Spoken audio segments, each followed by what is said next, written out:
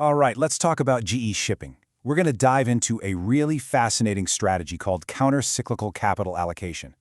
It's all about making big, bold moves when everyone else is running scared, and doing it in one of the most volatile industries on the planet. And the whole thing is built around this one core idea, what they call the fortress balance sheet. But look, this isn't just about playing defense. No, this is a very deliberate plan to not just survive the brutal downturns in shipping, but to actually use those moments as a springboard to come out even stronger. So the big question is, how do you even build a financial fortress like this? Let's break down the exact steps they took, because it created this incredible moat that really sets the stage for everything they're able to do today.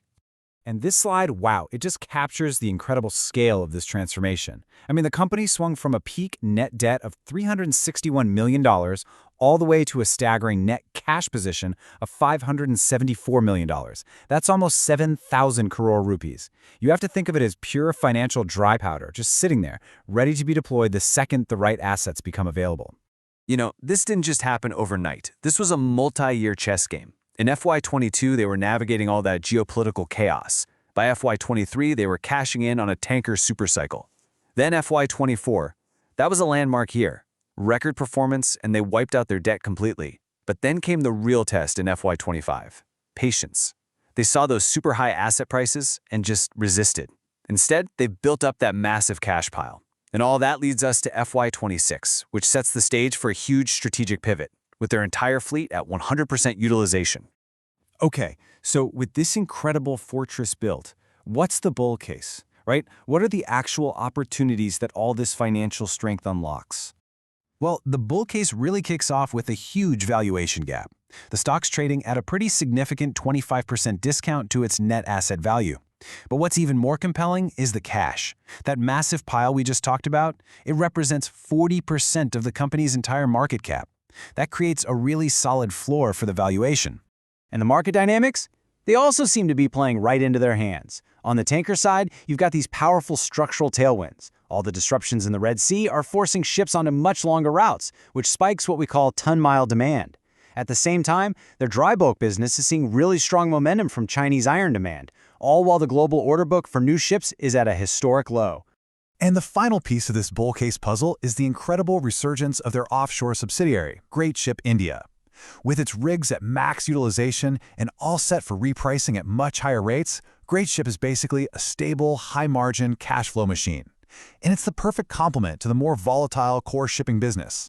But of course, we've got to look at the other side of the coin. Every opportunity comes with risk, and for GE Shipping, those risks are all centered around one thing: timing the cycle perfectly. The main threat is crystal clear from this chart right here. Second-hand vessel prices are at decade highs. And that brings us to the #1 bear argument.